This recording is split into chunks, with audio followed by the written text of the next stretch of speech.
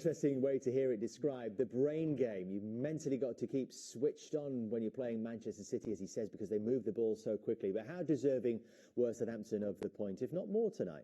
Well, I think that point's fair. I think they dug in deep. You know, they got the goal in the first half, smashing goal, you know, well-worked goal. You know, City had 74% possession, but they only still managed to make Foster make 4 saves. So, you know, having all that ball, you have to work the goalkeeper a lot more than that. But for Southampton, they were disciplined. You know, in games like that, I understand what Kyle Walker is saying. You know, you just cannot switch off, because when you're against the very best, if you knock off for a brief moment, and by knocking off, you're not talking about just going completely to sleep, just not shuffling across half a yard or a yard to allow them to put that ball in there. They can punish you. By and large, they were switched on for the vast majority of the game. But when we showed City's goal, it was the exact opposite to being switched on. We'll come to that, but fair result for you?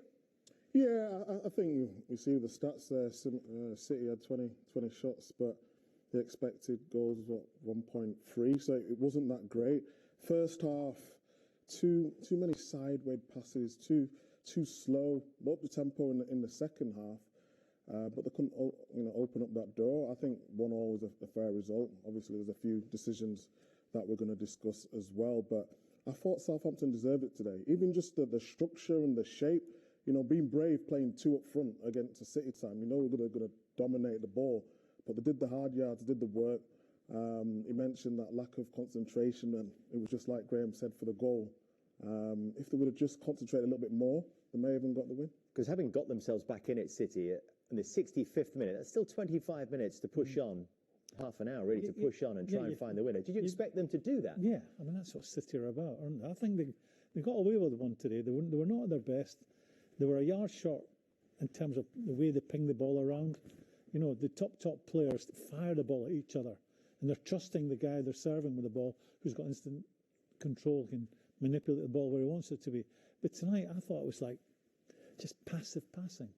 And if it's slow passing, it allows the Southampton player to get to the ball and close it down or lock off another area. And I thought at half time they would have got a roasting from the manager and come out a very different team. I think they tried to up their game, but sort of the game had been set in its way.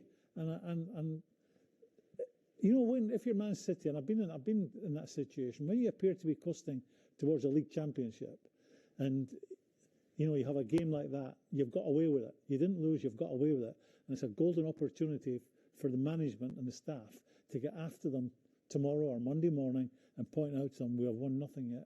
I think you have to look at the bigger picture as well. I agree with what Graeme's saying. I think Man City dominated, but normally Man City grind teams down, and in the last sort of 25 minutes, people start going out of shape and all that. It was only on the set piece. If you actually look at the structure of Southampton, right until the end, I thought left back Peru as well was excellent. Salisu at the back.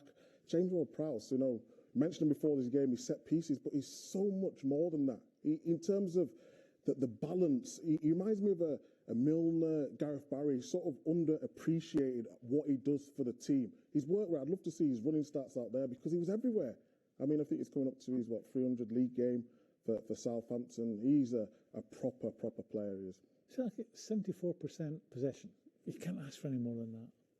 But to have for the Southampton goalkeeper only to make 4 saves, that is just not good enough. You know, where was the shots from outside the box? I can think of Kevin De Bruyne lashing one. His right foot hits the post, Foster's nowhere. But, you know, he should be peppering the goal with 74% possession.